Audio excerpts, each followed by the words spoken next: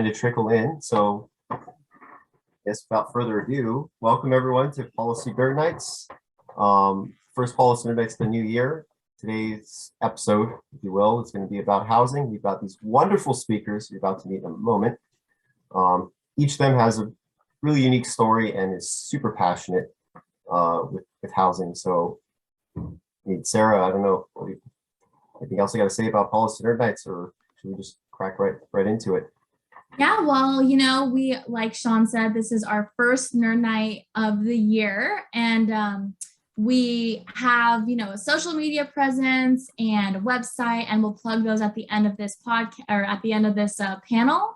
But Sean, you introduced it wonderfully, so I'll let you go ahead and introduce our panelists as well. Sure. So we have Brittni Kiick. She is the Livermore City Council member. We also have Alameldin. He is the policy associate at the Terner Center. And we also have congressional candidate in CA 32, Shervin Aazami. And each of them is going to tell you a little bit about themselves. The way I see it right now, maybe we'll start with Brittni. Okay, great. Hi, everybody. My name is Brittni Kiick, and I am a council member in Livermore, California, which is the East Bay. So we're east of Oakland. And I am really passionate about housing. When I was a teenager, my family and I were housing unstable for a little bit. We were very lucky to only be housing unstable and not houseless. But, my mom was on her own with two teenagers, and it was a stressful time. And then as an adult, I really saw the cost of housing, even with the college education I was told to get, with the engineering partner that I was lucky to have in my life, and really learned the importance of cities in the whole process of making better housing decisions, so that no one has to go through a period of housing instability. So I'm a renter, which was strangely controversial when I ran for office, but I know that I am not the only one in the state, and I'm happy to represent young renters in my area. Thanks for having me.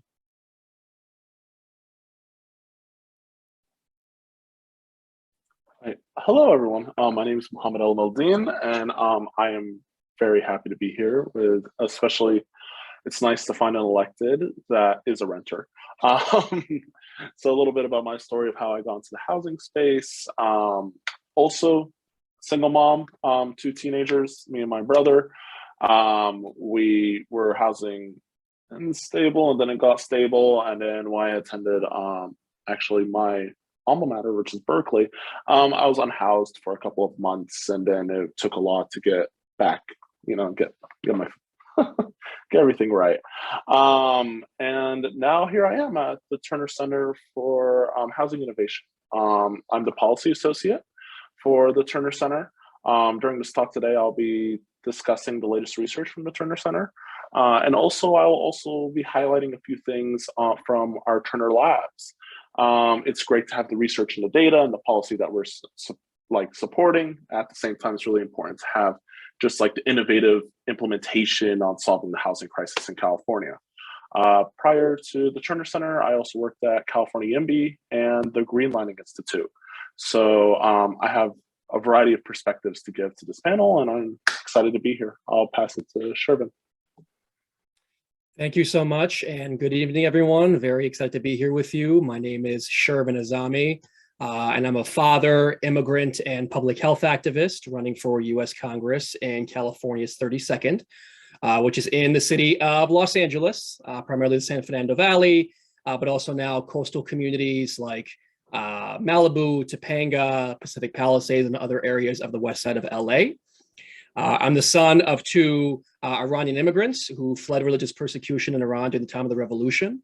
Growing up, my mom worked in retail, making ends meet for the family, while my father went back to school to become a primary care physician. And I've always been an advocate for social justice through the lens of public health.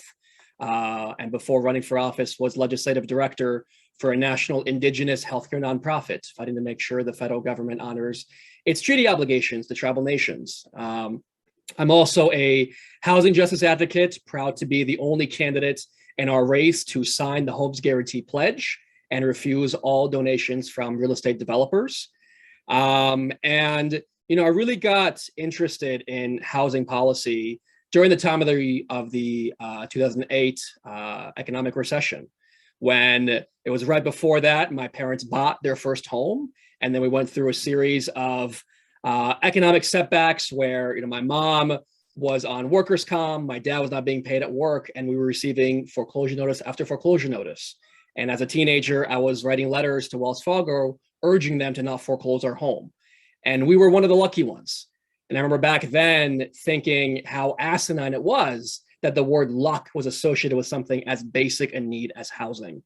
And so proud to be running on a Homes Guarantee Housing for All platform, and very excited to talk about what's happening here locally in LA, and the kinds of policies that I'll be fighting for at the national level to ensure that we realize housing as a human right. Thank you, Shervin, and all of you for these powerful words. So let's just dive into it. Obviously, housing is a massive issue, and across the world, and especially in, as we know, in California. So we're going to start with just saying, okay, if you could pick the top 3 issues, boil it down, of housing in California, in no particular order, what would they be? Anyone's welcome to start.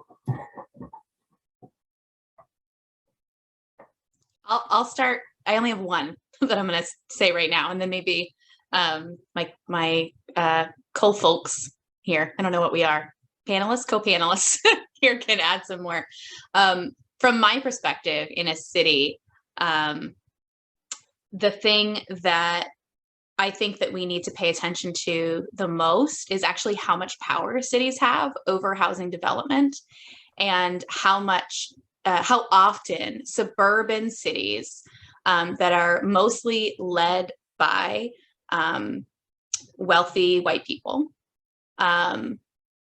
are pushing the excuse after excuse that housing is a state issue and there's nothing that they can do, when really cities do have a lot of power. And the word NIMBY, not in my backyard, comes from these suburban developments where the local elected leaders are incentivized oftentimes to keep housing stock low, not only because they're homeowners themselves, but what I see a lot of, and was very surprising to me when I came into public office, is that a lot of times in these small cities, you don't have people who are looking to climb the political ladder, but they are in real estate. That is their profession. And the fact that that is not considered a conflict of interest when they are voting on how much housing stock to create, when it's literally, yes, the idea that we get handouts from developers. I have yet to see a bribe as a council member, so maybe other people get bribes and I just don't. But I think there is just this idea that when your work is tied to low housing stock and high housing prices as real estate agents or as real estate developers, it's hard to really not notice that as a conflict of interest. So paying attention to those down ballot races really matters. So that's my plug. I'm happy to go next if that's okay with you, Mohammed. For me, it feels like a confluence of 2 factors, kind of looking at it from the national perspective and trends across the last few decades. And to me, it's a combination of the financialization or commodification of housing in tandem with chronic underfunding of public housing from government agencies, from the federal government down to state and local. And when you combine those issues, when you see all this exponential growth in real estate as an investment, as opposed to a basic human need, we start seeing these systems where instead of the government providing necessary funding to ensure that this foundational need is met, we're seeing more and more people collateralize housing and try to make a profit. And that undergirds so much of the issues we have here in our communities. And then on top of that, when the natural result of this process is more and more people falling through the cracks, falling into homelessness, the response is not empathy and compassion and building new housing. The response is criminalization. And, I want to share just a few statistics about how this issue has become so much worse over the last decade and a half, basically since the Great Recession. From 2009 to 2019, so the year after the crash, the year before the pandemic, median rent increased by roughly 36% nationwide. I'll share the stats for LA and San Francisco in a minute because they're exponentially higher, but nationwide median rent increased by 36%. Median home resale prices equivalent about 35%. Compare that to wages. Median household income increased by only 15% in that same time period. So all this inflation in housing, yet people have less purchasing power in their pockets to afford that basic need. Here in LA, rent went up 65% in that same time period. Home prices went up 96%, and wages only went up by that same 36% threshold. So again, what we're seeing as a result, more and more people falling into poverty and not being able to afford these basic needs. And the result has been that here in the wealthiest nation of the history of the world, more and more people are falling through the cracks, and we're not seeing our officials stand up and fight back against institutional Wall Street investment into this basic need. And instead, because their campaigns are financed by these same entities, there's no incentive for them to actually work with and for their communities to ensure we're addressing the shortage of nearly 4 million housing units we have nationwide. Love it. Thank you. Thank you. I'm really appreciating what you just highlighted, Shervin. And wow.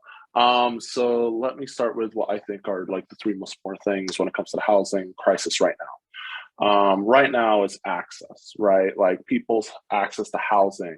You have a felony on your record, it shows up on your credit score for 7 years. It's almost impossible to find a home if you're formerly incarcerated. Deposits for rent are like twice the price of rent or 3 times. At the same time, it's like our access we're more segregated than we were in 1964, right? And the reason for that is that after the Fair Housing Act passed in California and later in the federal level, a lot of these local areas, which Brittni highlighted, changed their zoning. So they said only single family homes because people of color can't afford it. That's the racial justice lens to this. So how do we solve this problem, right? When it comes to access, and when California is short 4 million homes because we have been undersupply since the 70s. Apartments are banned in 80% of urban areas, urban lands.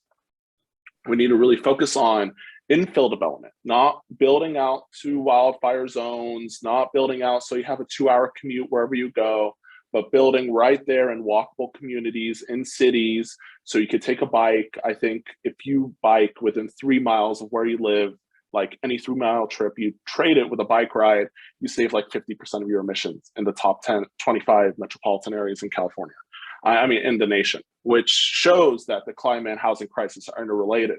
Also, because of the lack of supply, we have this overcrowding of housing, especially in Los Angeles and San Francisco. So then when things happen like a pandemic and your roommates go out and they come back and you suddenly get COVID, or if your family could only afford this like 2-bedroom home and there's 8 of you, disease spreads and more people get sick, and then we fall into the healthcare system, which is a whole thing that we could talk about. And I know Shervin knows a lot about specifically. Lastly, I think that when we pass more housing laws, especially when it comes to SB 9 or ADUs, the financial sector isn't financing, right? Like we're legalizing things for the first time in 40 years. So the only people that have cash on hand could build an ADU. We really need to make it easier for people to have like 30-year loans, 30-year mortgage loans, 3% interest to build an ADU in the back. So then grandma can live in the back, and then you don't have to go get daycare. You grandma could supply that and you save like a person's whole income. Intergenerational housing is something that's very important for people of color. At the same time, if you're only letting people with cash finance these ADUs, you're actually expanding the racial wealth gap. So the financial sector needs to catch up, and that takes a lot of innovation when it comes to the housing sector in general, which is very important to the Terner Center. Housing innovation, we haven't really changed the way we've thought about building or thought about financing or anything when it comes to the housing sector for like 100 years. So yeah, that's my spiel. It's access to housing, increasing the supply, and fostering innovation in the financial and building sectors. Wonderful. Amazing answers. Thank you three so much for providing perspectives that I think a lot of us can relate to, but also that a lot of us had never considered. So one thing that I think most, if not all three of you mentioned was, you know, housing as it relates to like local, state, and federal policy and funding, etc. I'd like to build kind of a strong foundational understanding in this room right now of what roles local, state, and federal government even play in housing, because there's a lot of private, there's a lot of developers, there's a lot of policy, there's a lot of, you know, lobbying and campaigning. Can you guys kind of better explain what the role of local, state, and federal governments are when it comes to housing cost and supply, etc.? I'll start on this, and just to give some basic understanding. So cities can do a lot, but the two things that you'll hear a lot about in California specifically is RHNA, which is the Regional Housing Needs Allocation. And the RHNA does not require you to build housing. It requires you to zone for housing. And zoning is something that happens you know, I know a lot of the panelists, and I know that a lot of people viewing are like, yeah, we know this, but I'm going for the people that have no idea what's happening with housing, and I'm trying to do baseline here, right? So a general plan is this guiding document that goes, you know, for about 2 to 3 decades, depending on your city, and it takes care of all your zoning. And so when a city goes through a general plan update, they can choose how to zone. And when we have single family zoning, it decreases housing supply, and it also decreases housing choice and diversity within neighborhoods. So the RHNA numbers come out from the state, and they say, okay, Livermore, you need to build, I don't have my numbers memorized. My meeting's tomorrow. I haven't finished reading the packet, so everybody give me a break. But we're going to do some fake numbers here. Livermore, you need to build 4,800 units. And so we say, okay, so we're going to zone for 4,800 units, or maybe our community is going to zone for a little bit more than that because we think we can do better. And we zone for those units by adding more apartments near a transit-oriented development, because hopefully we will have Valley Link joining us in a couple of years. And so that's what we're doing. We're going to be building up instead of out, because we do value our open space, right? And so all we have to do is zone for it. We don't have to come up with the money to build that housing. That is on the developer and on the state to find money to build the housing that we zone for. But what cities often do is they say, it's impossible. We can't possibly build 4,800 units. There's nothing we can do. We're going to have to sue, which many cities are in the Tri-Valley, and say it's impossible to build that many units, so we're just not gonna. And there's nothing you can do to make me. And it's true that the state does not have an arm to be able to hold cities accountable for not zoning for their RHNA numbers. And so you'll hear a lot of cities complaining right now that the state's going to spend $5 million on tracking if we're actually zoning or not. And maybe they're going to slap fines, or I don't know exactly how they're going to keep track, because I'm not worried about our city because we're doing what we're supposed to. But the reality is suburban cities are getting nervous that they are going to have to keep their commitments that they made to build housing numbers. And this process is kind of convoluted, and the RHNA process for the first time ever took into account something called underhousing. So usually it's just how many people are unhoused and how many people do we think might be moving here, or how many jobs do we expect in your community, and that's how many houses we're going to build. This time, the RHNA numbers allocation, or regional housing numbers allocation, took into account underhousing. So if you had more than two human bodies per bedroom, and not bedroom, room of a house. So a room is a kitchen. No, not a kitchen. A room is a living room, dining room. Anything but a kitchen and a bathroom counts as a room in a house, so not even just a bedroom. So if you had 6 rooms in a house and 12 people living in it, that was okay. If you had 6 rooms in a house and 15 people living in it, that was considered underhousing. And so those people that are underhoused were considered as a part of the need. And really, this was the first time I feel that RHNA took racial justice into account, because we know that people of color are more likely to live in more crowded housing situations due to the high burden and cost of housing in the area. And so my favorite thing to bring up is when people complain that the RHNA numbers are just too dang high, is to remind them that this is the first time we are considering underhousing, and we are truly taking into account the fact that people of color have been disproportionately affected by redlining and housing policy, and that they are more likely to be underhoused, not just unhoused, but also underhoused. And remind them that, yes, we do need to do better, and that they can build up. The sky is not going to fall if we build 4 stories instead of 1. I also want to bring up Brittni, because it's a panel. I don't want us just to give speeches. Like, I know if you're allowed to comment, and you could just totally avoid this if you want, what's going on with the affordable housing complex with Eden Housing and like the city of Livermore. Because I know you could go into that. Oh, I could. So this is something that happens where the city is doing everything that they possibly can. And so I'm just going to talk about a housing project. I don't know who's building it or who's suing. Just let's do a magical what if. So what if a city decided they wanted to build 130 units of affordable housing in their downtown core, but other people didn't like it? What could they do to stop it? And sometimes what people do is they will use CEQA, which is the California Environmental Quality Act, as a sword. So the California Environmental Quality Act is supposed to protect our environment, to make sure that we're not building willy-nilly, we're not building out into wildfire areas. That's not actually what it's for, even though I think it should be. We're not building out into endangered species areas, so that we're not destroying our planet by providing housing for the humans that are here, right?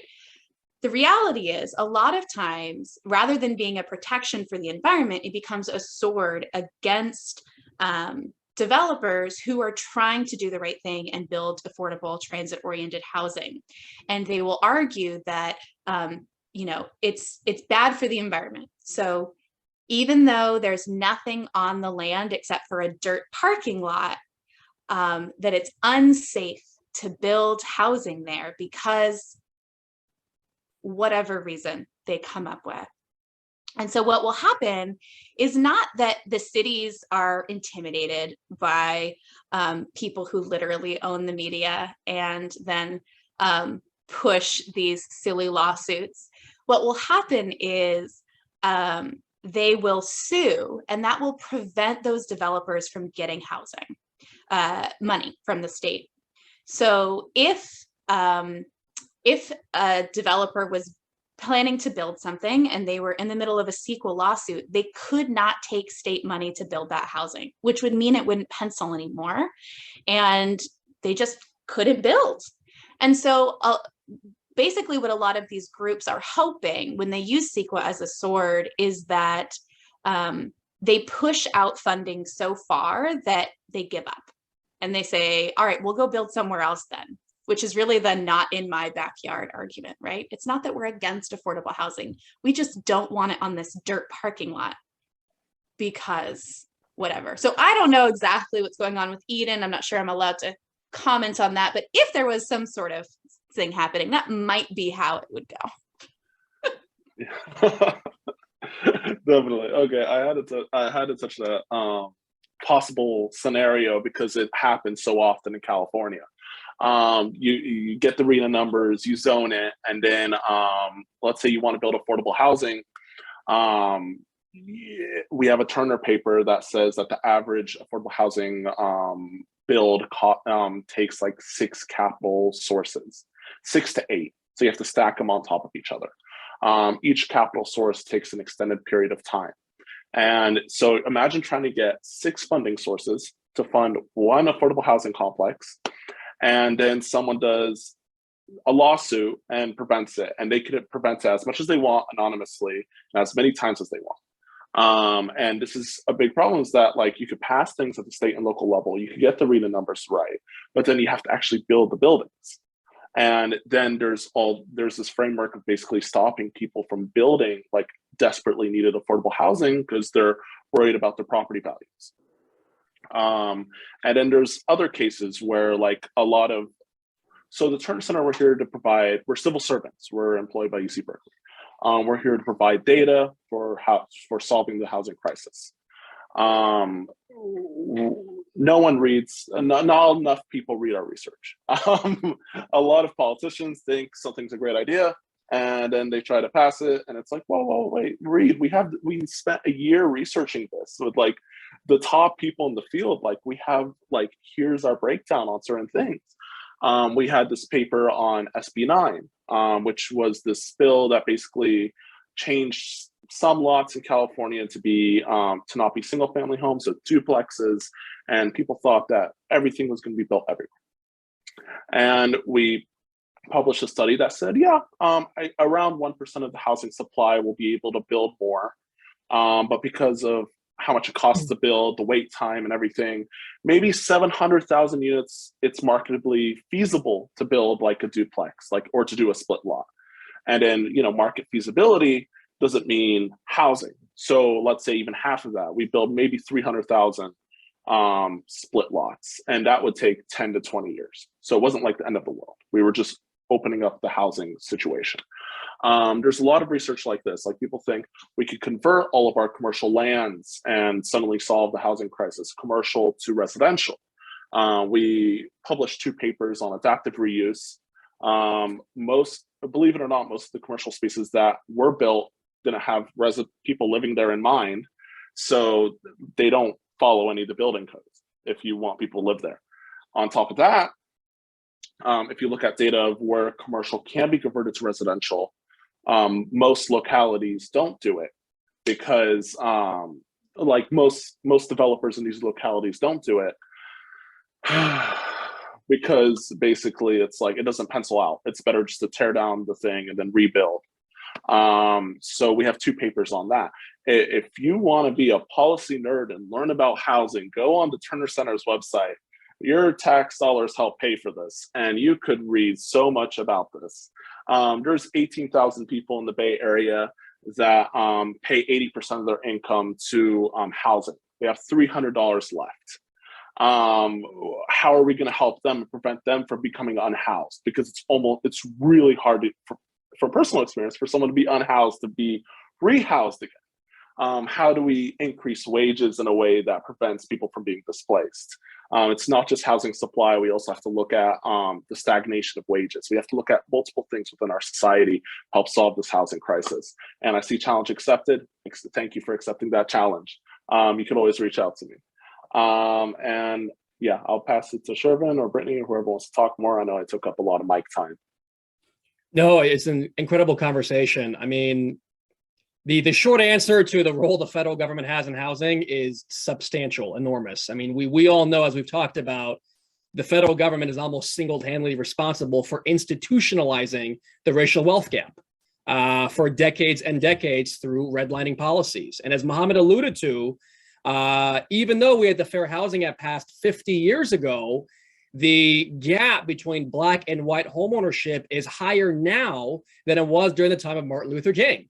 And this week we just celebrated that holiday. And so Thinking about, especially coming out of the COVID-19 pandemic, we all saw the headlines last year where after Congress appropriated around $46 billion for rental assistance, it took months and months and months for that funding to trickle down. And even to this day, it's still not fully being spent. And despite that, the eviction moratorium, as we know, was struck down by the Supreme Court. Most states, including here in California, haven't had the moratorium in place for a long time. But again, we have to look at how chronic underfunding at the federal level leads to austerity within state and local governments. Just to give you some numbers on this, in fiscal year 2021, the full budget for the Department of Housing Urban Development was at roughly $49 billion. That was 3.5% of total discretionary spending by the federal government. Discretionary meaning the annual spending Congress always works on through the appropriations process. Compare that to the fact that the same year, we had a $740 billion military budget. I mean, one of the main points of our campaign is that here in the wealthiest nation in the history of the world, poverty is a policy choice and our budgets reflect our values. And when we look at the federal share of funding for housing, it has dropped when adjusted for inflation over the past couple decades. You look at programs like Section 8 housing voucher. Right now, only 1 out of every 5 families eligible are able to receive it because of that chronic underfunding. But across all these programs, their funding has dropped. As a percentage of GDP, funding for housing was around 1.4% back in the 70s. Now it's 0.23%. So again, as a result of all these policies and the failure to really comprehensively and proactively solve these problems by investing in housing and giving folks the tools at the local level to build public housing by passing policies like banning exclusionary zoning at the federal level and withholding funds from local governments that still have exclusionary zoning, we don't have politicians that are willing to do that. And so a lot of the issues that Mohammed and Brittni are talking about stem from that austerity at the federal level. I just want to jump in and talk about, I asked, I am not a career politician person. I was a mom who was in a pandemic and met a council person and was like, this is cool. Can you teach me? And then decided to run, right? So I knew nothing and I invested time and learned how to be an advocate. And when I went in, I said, how come we just don't have like housing that is, that we build and we own and we charge rent as the city because we own land as the city. Why can't we do that? Seemed like a great idea. And it wasn't, the answer was not, oh, we can't do that because, poor people or, all the horrible NIMBY things I was expecting. The answer was, we don't have support from the federal government to do that because it would take, when you really do think about it, like our city staff is already understaffed just based on the reality of the workforce right now, but you have to have people live in those buildings, run the programs. So it makes more sense to encourage these nonprofits like Eden Housing to come in and manage those projects, unless we have substantial investment from the federal government to give to municipalities to build out housing programs. Even if cities have all the best intentions in the world, they don't have unlimited funding and staff, and they have to pick and choose where are their dollars going to go farther. And supporting these nonprofits is how it's going to go farther right now. But cities have less control over how fast something gets done when they have to find 6 different funding sources to build. So they're kind of doing what they have to. But if there was federal investment, that could be different. And on that topic, just really quickly to add to it, one of the biggest impediments to federal financing for housing is something called the Fair Cloth Amendment that's been on the books since the latter years of the Clinton administration. It basically barred federal financing for construction of new public housing units beyond their 1999 levels. It's 2022.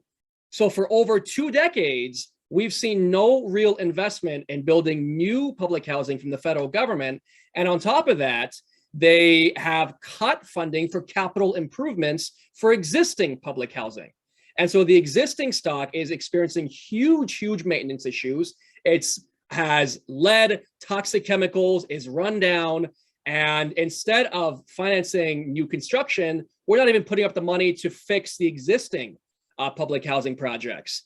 I mean, you look at the Build Back Better Act, which now could be aptly called Build Back Barely if it ever even passes. But I mean, you had all these politicians that were saying, $150 billion for housing, huge investment. Well, about 65 billion of that was just going to capital improvements for existing housing stock, which is necessary. But again, we're not being proactive at actually putting the money in to build public housing that we need to prevent homelessness, to ensure that we're taking care of the at least over 500,000 people across the country that are unhoused on any given night. Here in LA County, 66,000, in the city, over 44,000. And so again, it goes back to these decisions made by policymakers in Congress, not because of the needs of their constituents, because of who was financing their reelection campaigns.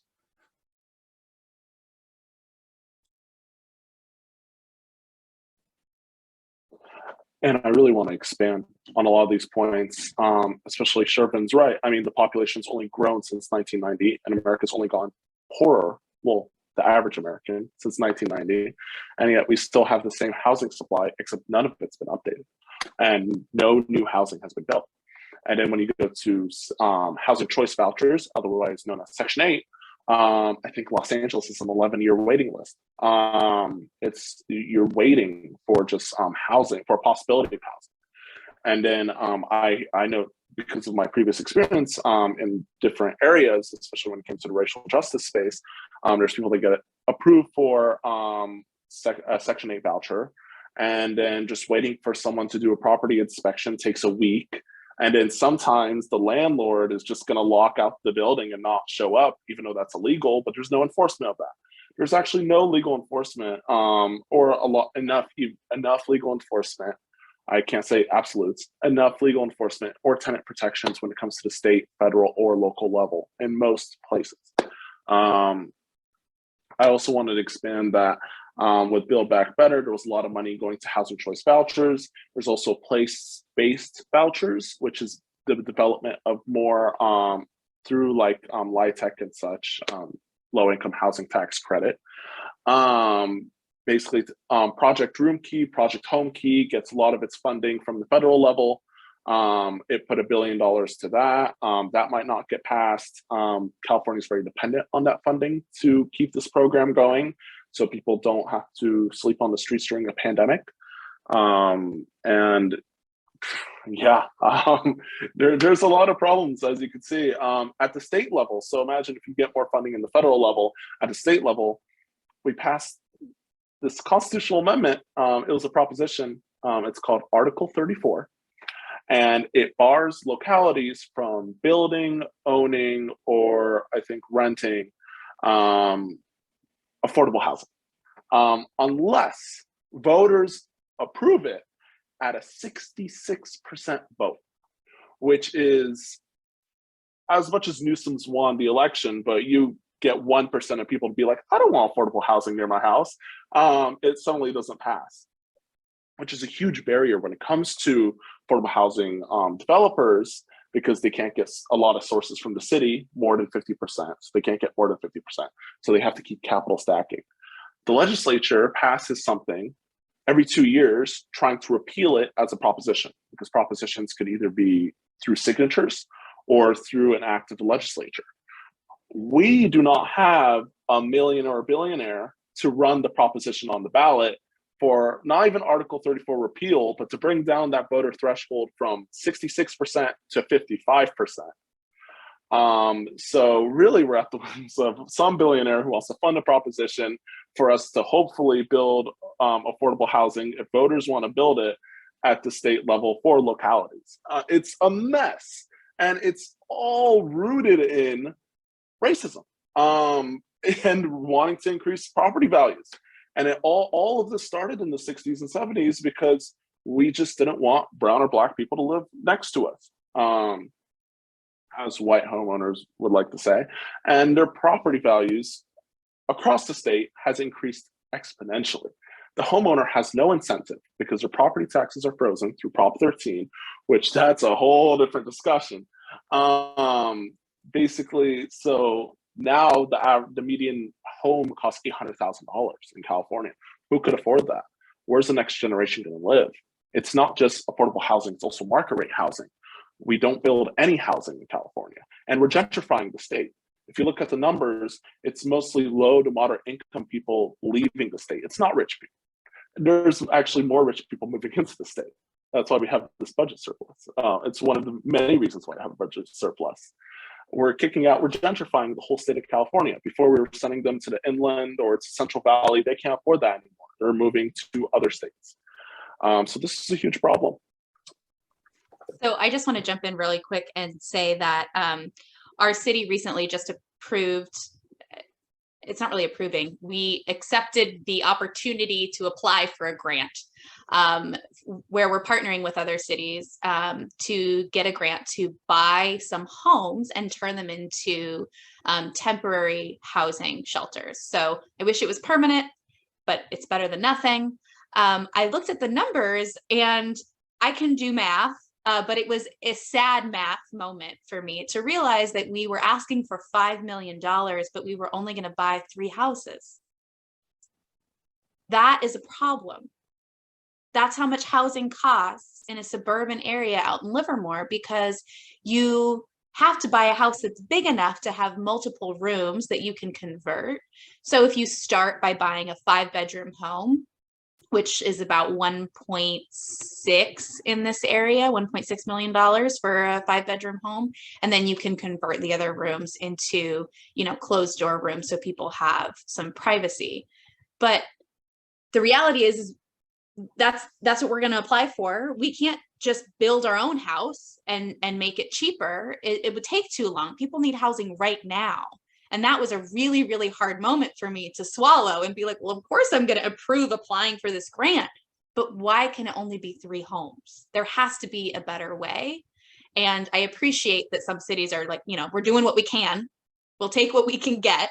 But we need support from various other levels of the government to say, one of the things my thought would be, what if with Prop 13, we had an incentive for you to sell your home to a project like this? So for example, if you sell your home, you are going to end up paying taxes on the value of the home when you sell it, right? Where if you keep it, you're just paying the property tax on basically nothing.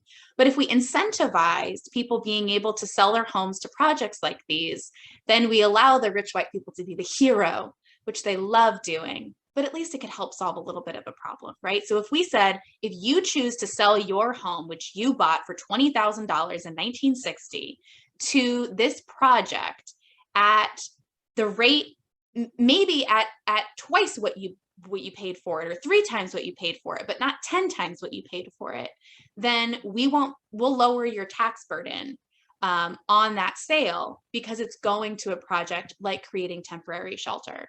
And so there are ways that we can be creative, because there's a bunch of housing stock that no one paid $1.6 million for, but that they could sell it for right now. And so instead we're buying that home at market rate, when we have the opportunity to provide incentive to let people right some of the wrongs of our past. Just to jump in on this really quickly, a willingness among our policymakers to actually be creative in policy making to address these problems is necessary. And, folks like you, Brittni, give me a lot of hope, and I wish we had more people like that down here in LA. I'm going to take this opportunity to jab local politicians based on what Mohammed said earlier about how we're not even sheltering folks during the pandemic. Well, one good thing President Biden did within the first week or so of entering office was authorize FEMA, the Federal Emergency Management Agency, to provide state and local governments 100% federal reimbursement to shelter folks in hotels for the duration of the pandemic.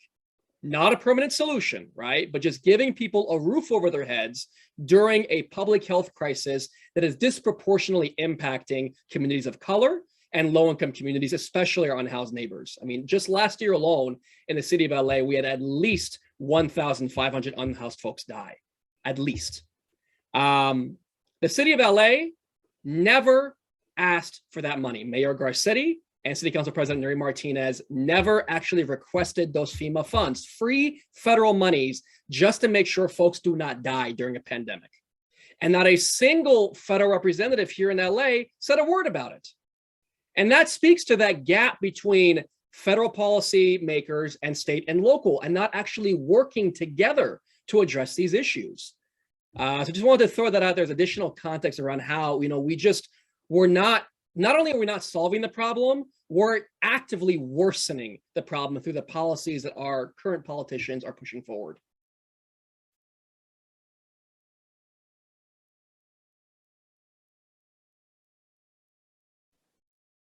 I want to give, I saw Sean pop in. You could pop back in, Sean. Sorry. I know. Yeah, I wanted we to kept get talking over you. Yeah, you guys touched upon the sort of market perspective earlier, and this gets into a question I think we had earlier in chat. Why is it we're not seeing the housing being developed? Is it some kind of lack of developers? Are they building the wrong thing? Is it not affordable housing? What's going on exactly? I'm not sure which of you would like to speak to that. Mohammed, you seem excited. You want to kick us off? Yeah. Let's grapple with this question. It's a lot, right? So, and thank you so much for asking this question, Sean. When it comes to development in California, okay, let's go back to the recession. The recession knocked out a lot of developers. There's only like a few big players that can develop buildings right now. Most of them are not community-based, right? As you can imagine. Becoming a developer is almost impossible, especially for BIPOC communities. I think 2% of developers are Black. It's abysmal how few developers there are. There's barely any developers of color who are like from these communities that want to build, right? So we have that problem. We don't have enough people, so then there's less competition in the market, as you can imagine. Prices are higher. And no one could really, if you want a construction worker to build something in the Bay Area or in Los Angeles, they can't afford to live in these places. So they drive 2 to 3 hours each way. No one wants to do that. So you have that problem. The next problem is that local governments are very hesitant for legalizing apartments on a lot of the land, and also missing middle housing options. Missing middle is basically a duplex, a triplex, anything up to like just 10 units. That's easier to finance, easier for these developers, these want-to-be developers to basically build and enter the market and start growing their businesses. That's pretty much illegal. You would see them because a lot of them were built before 1970 with all the zoning laws. These cute little cottage clusters, so like little cottages near each other, you can live with your friends, to like apartments, very famous in Berkeley, little apartments in backyards, like these options. Actually, you own land and like you pay a mortgage, you own a land and you can't use it because the Republicans never hopped on this. Like you pay all this money and then like you can't use the land for anything. The HOA stops you, the government stops you. It's like you really own the land. But that's not a Terner position. That's a Muhammad position. How libertarians are not like super pro SB9 just baffles me. Right? Yeah. Anyway, so you have a lot of developers. It's illegal to build. It's very hard to finance because there's none of these housing financing options. There's a lot of things that can be changed with GSEs, which I've used the acronym so much I don't even know government's sponsored. I don't remember. Someone Google it and put it in the chat. GSEs, Fannie and Freddie, these sort of government sponsored entities. Thank you.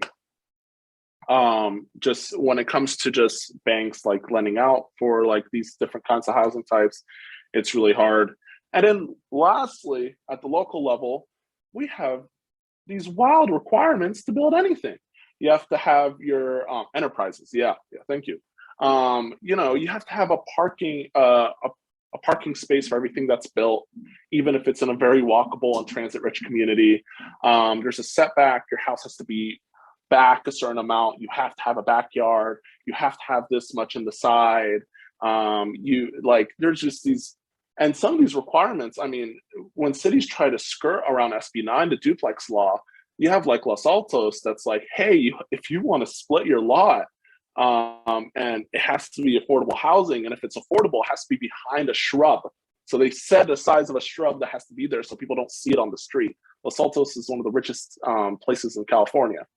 And like there's these wild requirements that are being passed at the local level that make it really hard to build any housing. So just to boil it down, barely any developers, really hard to get into the market. Zoning, legalities was missing middle, financing is not there, and local government's making it harder and harder. They maybe prolong permits, they do anything that they could do to make it more difficult to build housing at the local level. And there's good actors like Brittni that want to help people, but then how do you turn back 50 years of like NIMBYs? And then you're going to have people calling, you have to have the whole council behind it. It's very difficult. So yeah, that's the challenge. Yeah, so I was just gonna, you just jogged my memory about some things that are happening.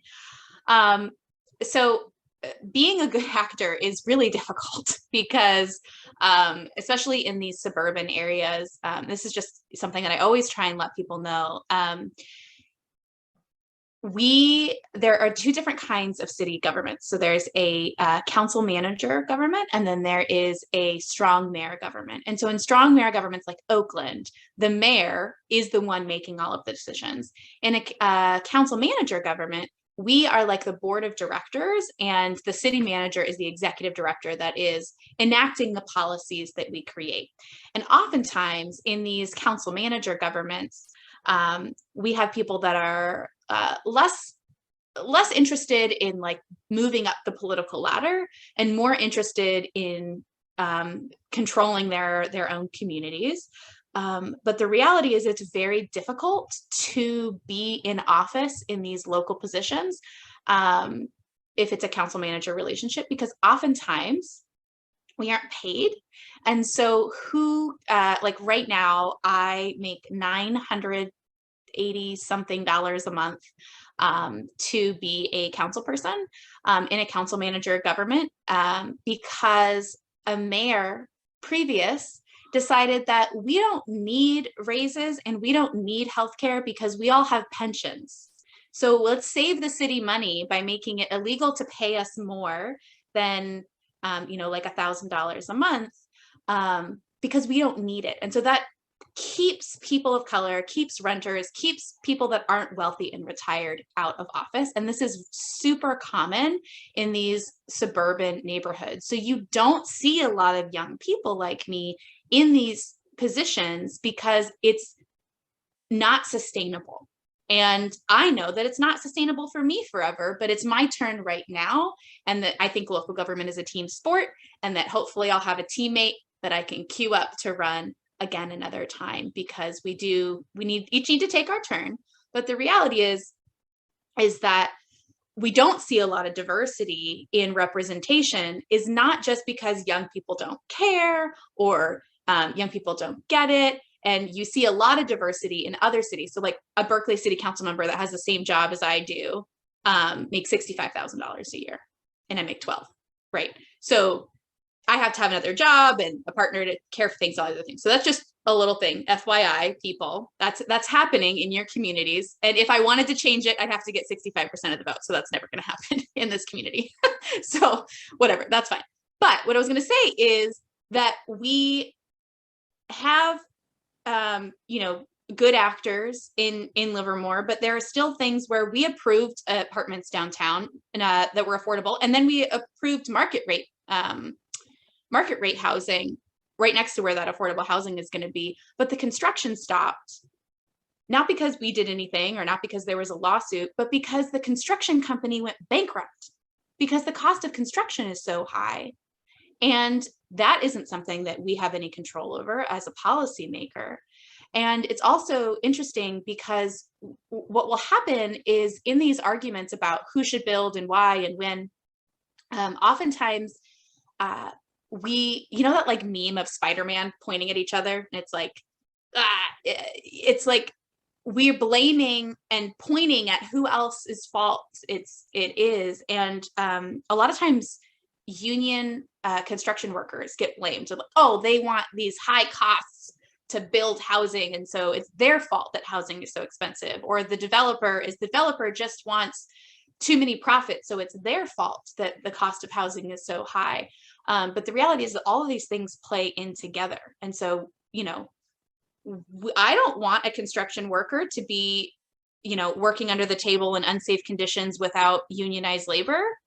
But I also know that to pay somebody a living wage in the Bay Area, it's going to cost a lot more to build housing, which is why we need that federal money and support, so that we can do right by our construction workers, to pay them to live where they work and to be invested in their own communities.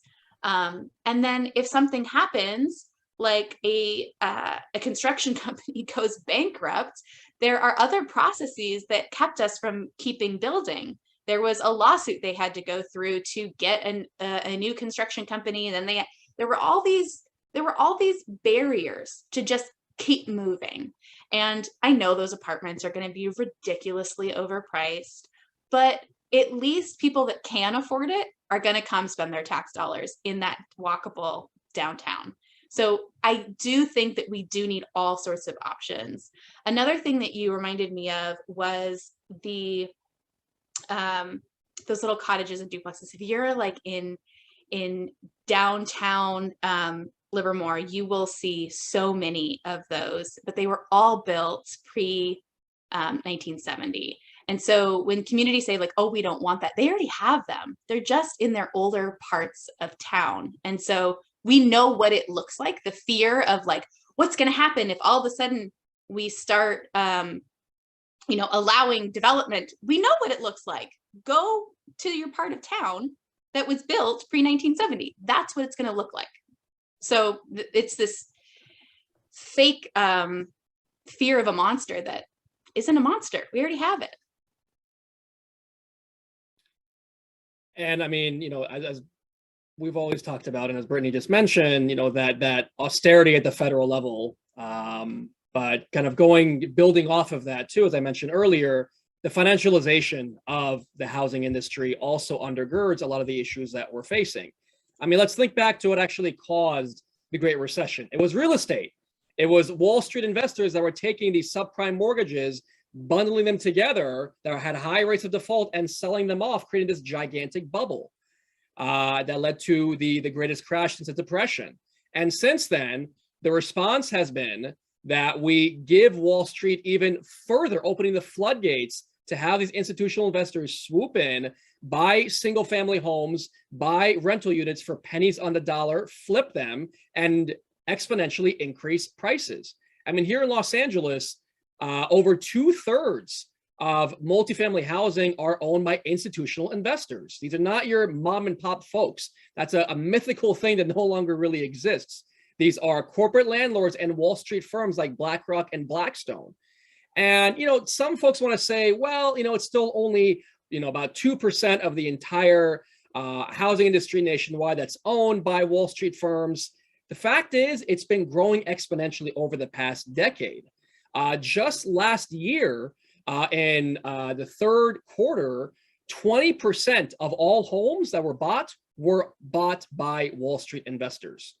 BlackRock just 2 years ago made $7 billion on the roughly 80,000 rental units they own nationwide. So it's a growing share of these investor portfolios to put their money into housing. And those same mortgage-backed securities that led to the crash in 2008, all we did is replace them with rent-backed securities. The same issues, the same high risk of default. And we're just recreating the problem under a new light, repackaging it, and not actually solving it with the real investment we need. Yeah. All right. Thank you guys so much for your thoughts there. So moving on, we have spent a good amount of time talking about the issues, and I'm sure we could go on and on and on. let's talk a little bit about the solutions, shall we? We have some very productive members of the community on the panel today. We have researchers, city council members, and congressional candidates. So my question for all of you, and we'll start with Shervin, is how can we implement changes to improve the state of housing through policy? And I'd love if you could focus on one particular policy that has gained a lot of traction over the last couple of years, which is universal basic income, because I'm sure that many people who struggle with housing, it's for financial reasons, and universal basic income is money in your wallet every month, no questions asked. So how can we, what current existing policies would you like to see either changed or taken out? What new policies would you like to see implemented? And if you could, please make a comment on universal basic income. I'd love to hear from all of you. Let's start with Shervin. Yeah, absolutely. So the one that immediately comes to mind, I mentioned this earlier, we have to repeal the Faircloth Amendment. That amendment has barred federal financing for construction of new public housing since 1999. We have to repeal that amendment. We also have to ban exclusionary zoning at the federal level and withhold federal funds from local governments that still practice exclusionary zoning. We also need to pass a federal tenant bill of rights and ensure that landlords aren't evicting folks based on their source of income, based on whether their sexual orientation or their gender identity, based on their criminal history. We also need to ban things like no-cause evictions, no-fault or one-strike evictions. These are some of the policies that we absolutely need, in addition to ensuring that all of the existing federal housing programs are transformed into an entitlement and are fully funded. UBI is absolutely necessary as part of that mix, with making housing a human right, passing single-payer healthcare, and so much more. Because as you said, Sarah, it's putting money in people's pockets. When we saw the child tax credits go out, when we saw those stimulus payments go out, people use them for rent. People use them for food. People use them for childcare, for those basic needs. So absolutely, we got to put money in the hands of people through UBI and through living wages, indexed to inflation and cost of living, in tandem with building public housing, making it more affordable, ending discrimination, and ensuring that people aren't going bankrupt and falling into homelessness because of a medical emergency.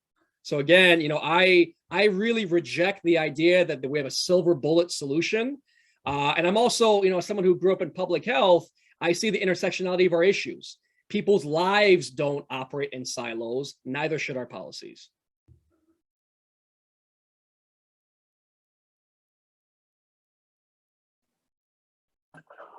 I could go. Let me see. Solutions. So I changed my background from the Terner Center to the Blur background because I want to, it's just going to be me, not representing the Terner Center in any of these views, because I don't know if they wrote papers on this and I don't want to get in trouble. It's like my second month there. And it's my first panel. So solutions. Let's hit this.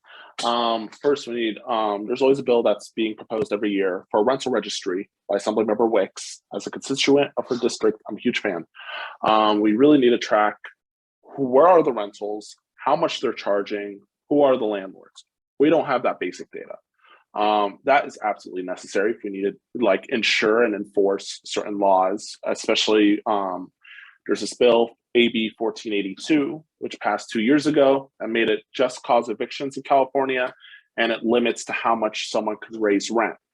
But we don't have anyone protecting tenants. We don't have a lot of tenant lawyers or tenant orgs. Join your local tenant union if it's there, or even just a right to counsel. I agree with Shervin. So we need the rental registry so that we can enforce the laws that we pass in the state. That's number one. Number two, we have to make it easier to build. Someone in the comments was talking about, what if we build in the land sparse and then, through a train in 30 minutes, they get to the large metro area. That is 100% the goal. The problem is that it's either you build the housing or you build the transit first. You have to convince and transit's really expensive to build in America in general. So it's really hard to convince people to build trains in the middle of nowhere, which is like what they say about high-speed rail, The Central Valley is the fastest growing part of the state, and they all work in the Bay Area and LA. An hour train ride is a blessing compared to a 3-hour commute. We need to build trains, and we need to follow it with dense housing. Especially as someone from Stockton, California, the Terner Center published a report that around a huge portion of people from Stockton commute to the Bay Area every day. 30% of people just break even. And it's because there's a lack of jobs. And because they have to go through the Ultimate Pass, which is a 3-hour drive each way during rush hour. That's 6 hours. I know Livermore suffers through this too. We're pushing workers out. It's harder to get across. But let me go back on the solutions. Mortgage interest deduction reform. That is 100% necessary. The biggest investment that the state does is to homeowners. If you get an MID, which is mortgage interest deduction, you get 4 tax breaks. You get 2 at the state level and 2 at the federal level. You get 2 because your primary home and your secondary home both get a tax break. What's a secondary home? Mostly vacation homes. State of California spends roughly $140 million to $250 million a year subsidizing empty housing units.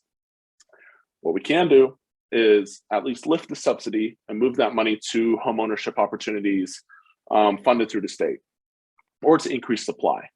Another way that we can increase supply is that the construction of an affordable housing unit in San Francisco costs $500,000 to build. An ADU, an accessory dwelling unit, which is now legal in the state to build, costs $156,000. So you could build 3 or 4 ADUs for the price of one affordable housing unit. And these ADUs could be placed in high opportunity areas. They don't mess with the neighborhood character, so they don't deal with NIMBYism. They're already legal, but we don't have the financing.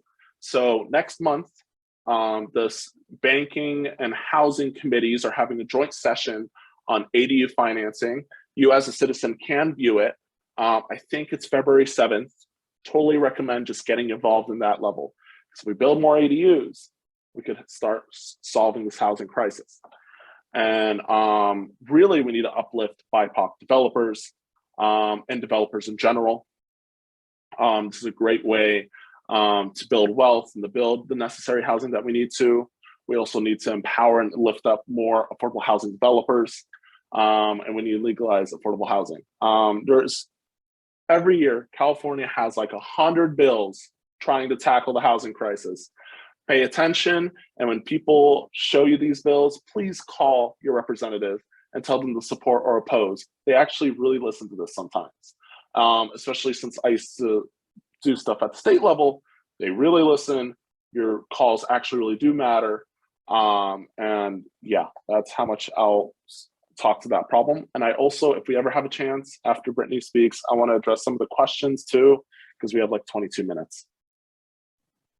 Yeah, so I am just going to keep pushing the local issue. So the reality is that all those phone calls are important and they all matter. But what I see happen so often is that we get young people really excited and politically activated around these large federal issues. And we protest and we yell and we shout. And that is totally necessary. I'm not saying stop doing that, but you need to do that and start going to your local city council meetings. Start paying attention to who's running in those local races. Show up to your local Sierra Club meetings. This is something that happens a lot in the smaller chapters. So like San Francisco Sierra Club is like pro affordable housing projects, but the local Sierra Club, that's the Tri-Valley, is funding these CEQA lawsuits constantly. And so you have in these smaller, more suburban communities, the people that show up to these meetings are retired, they are wealthy, and they are majority white. And that's the only voice that your local city council is hearing. And so what I am most proud of in my 1 year into this is every time a new person shows up to a council meeting because I invited them. Even if we don't agree on the actual policy decision, the fact is that it's a new voice added to that conversation. And if you go and look back years into policy decisions that have been made in my city specifically, and you look at the records of who's been making public comment, it's the same 24 people who have been commenting for decades because they are invested in that decision because they own a home here. And only homeowners' voices were considered to be valuable. And we need to start reminding people that just because you don't own a home in a community doesn't mean you're not invested in that community, and that you can't build something great together as community members. And talk about the fact that you're a renter, and that's not a bad thing. That's something that I just happen to be, and so many other business owners are, and start showing up, because the reality is, one phone call from a constituent to me, I'm gonna pick up because it's just me, right? But when you do call a larger state person or federal person, it's a telephone chain, right? And so you will get a direct answer from your local representative. So please show up. That's all I want you to do. Just show up to a council meeting. They're so boring sometimes, but I promise you, if you find one thing that you care about and you have a direct conversation with a local leader, they can walk you through some of that boring jargon. And then it's actually really interesting. But if you don't know all the acronyms, then you might go to sleep. So take a little bit of time, invest, and show up. It's totally worth it. And I had my hand raised. I just wanted to say one thing. Well, to add on to Brittany's point, I had to call a bunch of offices, just schedule meetings today. Always got through it to a staff member. If you get to an intern, they will direct your call. And I forgot to address one question, which is UBI. Or guaranteed income. I used to work in Mayor Tubbs's office before, when guaranteed income was being launched.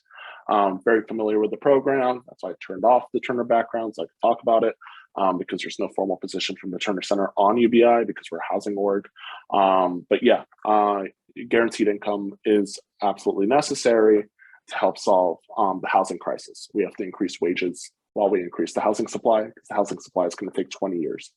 And I'll pass it back to you, Brittni, just if you want to comment on UBI, because I felt bad not answering Sarah's question. Oh yeah, I forgot to, so thank you for that.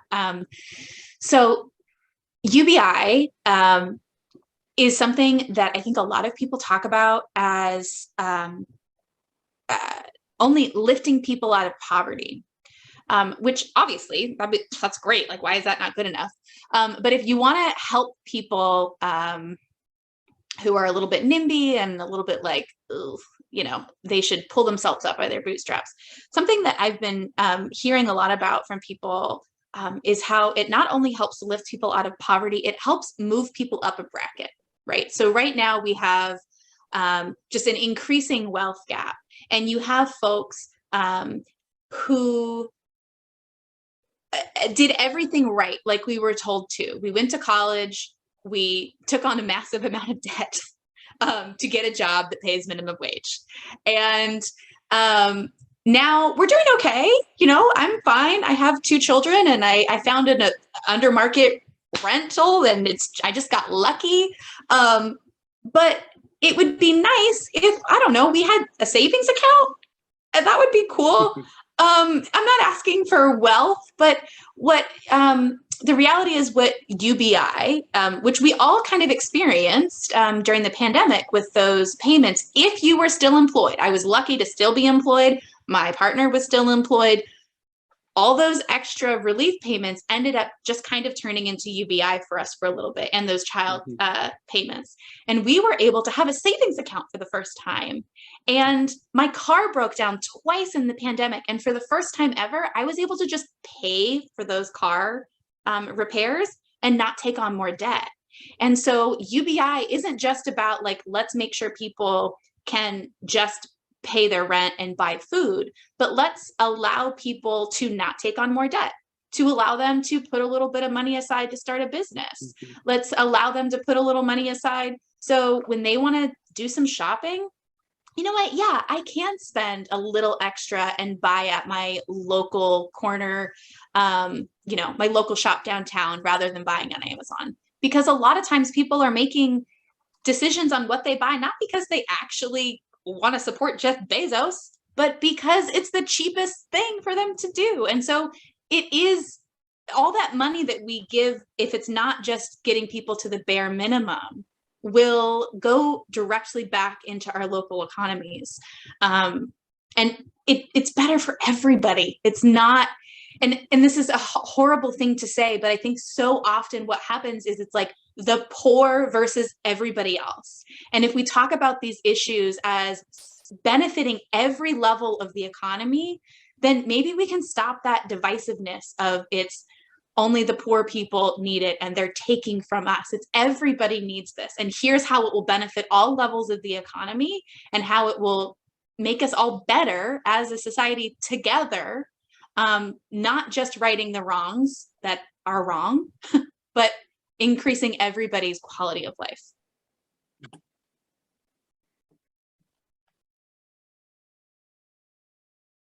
Thank you. We really appreciate having that perspective from each of you.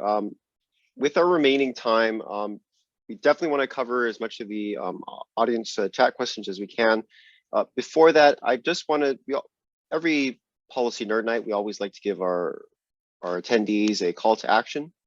So really quickly, if each of you could just give, from as far as you're aware, any kind of initiatives or ways or opportunities that people can contribute to solving or at least improving this housing crisis, we'd love to hear them. Any of you could go first. Anything you can think of. I'll jump in on this one. Mutual aid. Get involved in mutual aid in your communities. I think it's one of the greatest ways of building empathy and community solidarity to actually understand that when we take care of our neighbors, as Brittni was saying, all boats are lifted. We all prosper from it. You know, down here in LA, the mutual aid work we've done, I want to share one example of an encampment that was raided. It was a small encampment here in the San Fernando Valley. All the folks who lived in that encampment worked full-time in construction, which also breaks down one of the main stigmas and myths that unhoused folks don't work. All these folks worked. And I watched the city literally destroy not only homes, but chapels. The folks who lived there had built their own chapel, their own place of worship with their own bare hands. And the city demolished it. I remember the person who lived right next to that chapel, when he was walking out, just this look of demoralization on his face, where it was just saying, I'm late for work, I can't be here, and I gotta go. And when he came back, he had no home left. But I remember the one silver lining that day was there was a homeowner who was across the street. And up until that point, she had never met, never seen any of the folks who lived in that encampment, but she knew she didn't like them. For the first time, she actually saw behind those walls, saw what the folks there had built, and saw with their own two eyes what the city had did, criminalizing people's just basic survival. And she broke down in tears. She literally broke down. It opened her eyes, it opened her mind and her heart. And you know, these situations, they do create opportunities at least to open people's minds and say, look, this is not the answer. Criminalization is not the answer. When we create opportunities to ensure everyone's basic needs are met, we all thrive, we all prosper, we all grow. And so that's my one take, you know, is get involved in mutual aid. It builds not only your own personal connection to the community, but it also creates opportunities to get directly involved in civic action to ensure that everyone around us is being taken care of.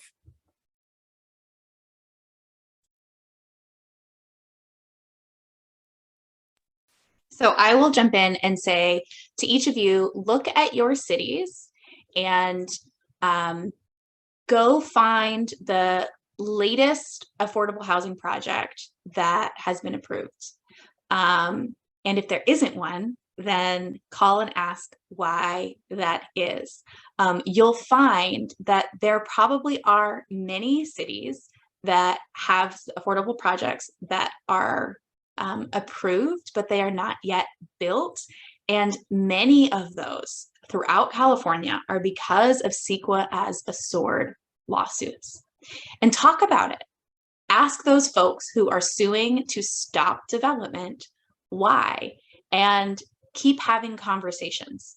The reality is that until we start doing our own digging, we're not going to know why the housing problems exist in each of our individual locations. What's happening in Livermore is so different than what's happening in Berkeley, than what's happening in Pleasanton, that's what's happening in Dublin. And that's why it's really hard to find a silver bullet, right, to solve all of these issues. So what I think is the best to solve the issue in Livermore probably won't work next door because there are different leaders. And it's important for you to start thinking about who are the players in your community that control housing, and learn about them and what makes them tick and what do they really care about. Something that the people that are very anti-affordable housing in my area really care about is preserving open space. So start having those conversations about, we can preserve open space by building up instead of out. And the, you know, conversation's not going so well so far, but it just started, right? So keep engaged in that conversation, because what I don't want people to get discouraged by is the fact that it feels like it's going to take forever, right? So this project that we're working on in downtown Livermore is older than I am. They've been working on this since before I was born, and we are still not able to break ground. That does not mean it's not worth fighting for, because hopefully by the time my children are my age, that will be a thriving community center hub of where our teachers and you know, restaurant workers live. And maybe there's another project that I will start working on right now that will be close to being done. And I wish it could go faster. But the reality is that we shouldn't stop just because it's hard. It's going to take an entire generation of people to start paying attention to these local issues. Thank you. And with that, we're going to jump into the Q&A session, and we only have about 10 minutes or so. So I'd like to jump into one from earlier, the California Comeback Plan. Did any of you have any thoughts on that, real briefly?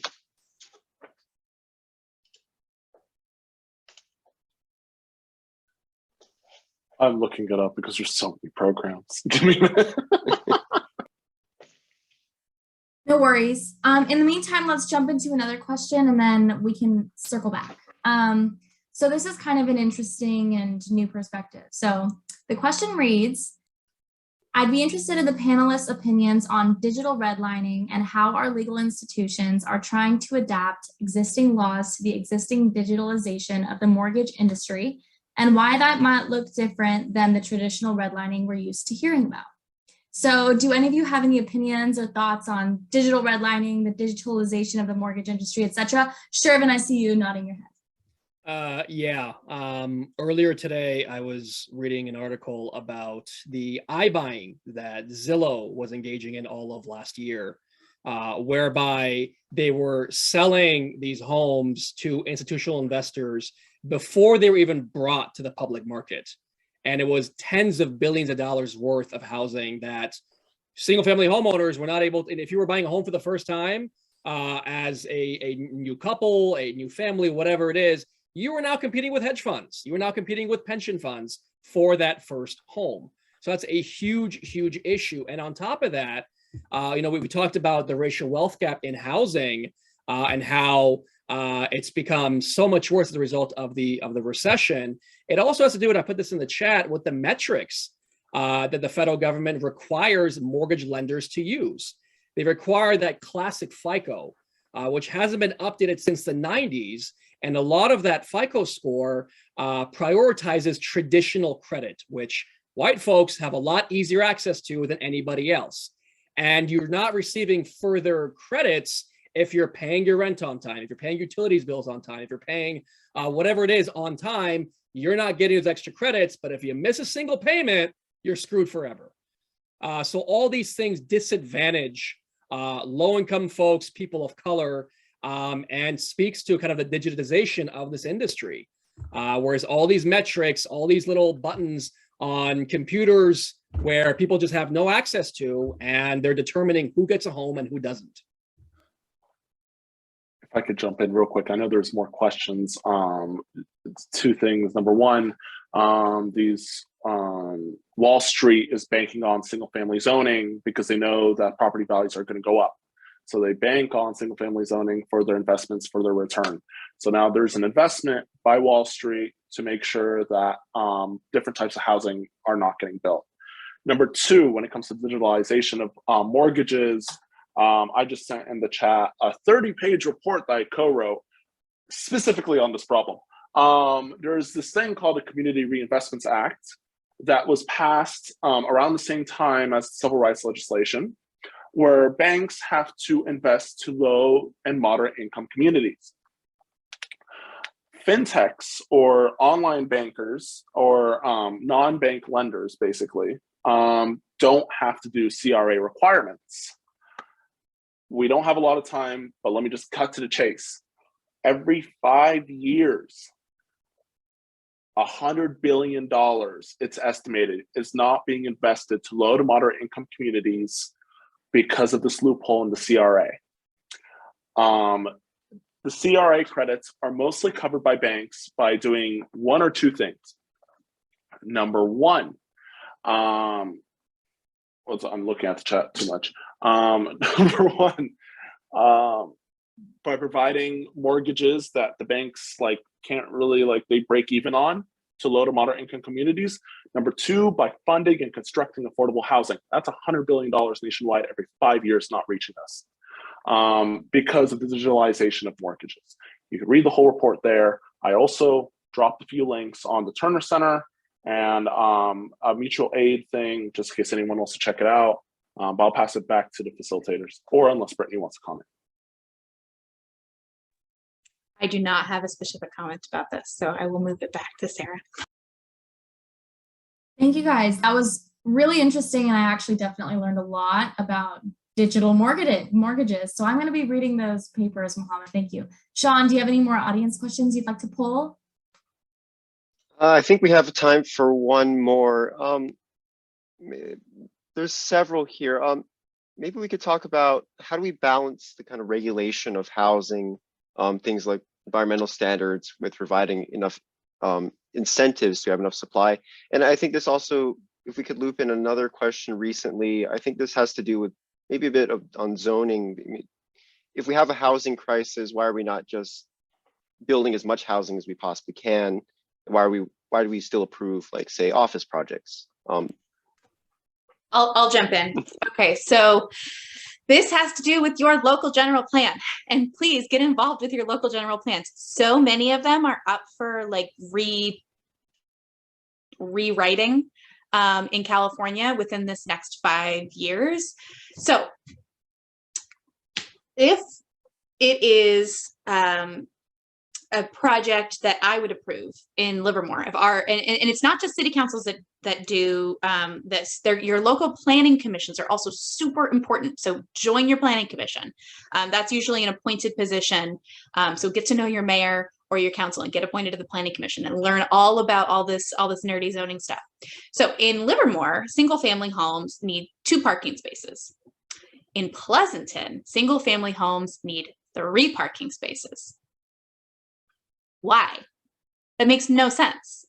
I don't think we need 2 parking spaces, but I'm known as the anti-parking girl in my town. So, we won't get into that. But the reality is we are neighbors, but to build a single family home even in Pleasanton requires so much more physical space than it does in Livermore. And that is all based on our general plans, the zoning documents that are so local. And there's not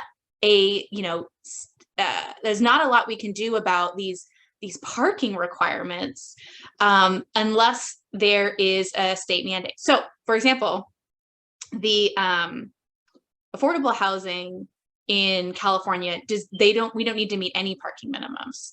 But that really gets people fired up. So a lot of communities say, okay, we technically don't need to provide any parking, but we'll provide 1 parking per space or per unit, or 2 spaces per unit, or a half space per unit. They try and work with you. But when you look at the other regulations of not affordable housing, of regular apartment complexes, or single family homes or duplexes or whatever, you see these very strange rules and you're like, why do we need 3 parking spaces? Or why does the fence need to be this high? And the reality is a lot of these are just to prevent more development. It's not actually because we think that people need 3 cars or 3 parking spaces. They're these small little pieces of legislation that you have control over in your local cities. Please pay attention to your general plan. That is my plea. I'm begging you.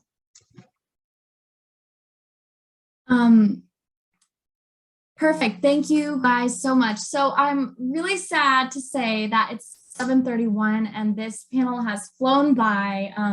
So I think we're going to start winding down, but I think this definitely warrants a follow-up conversation in some capacity in the future.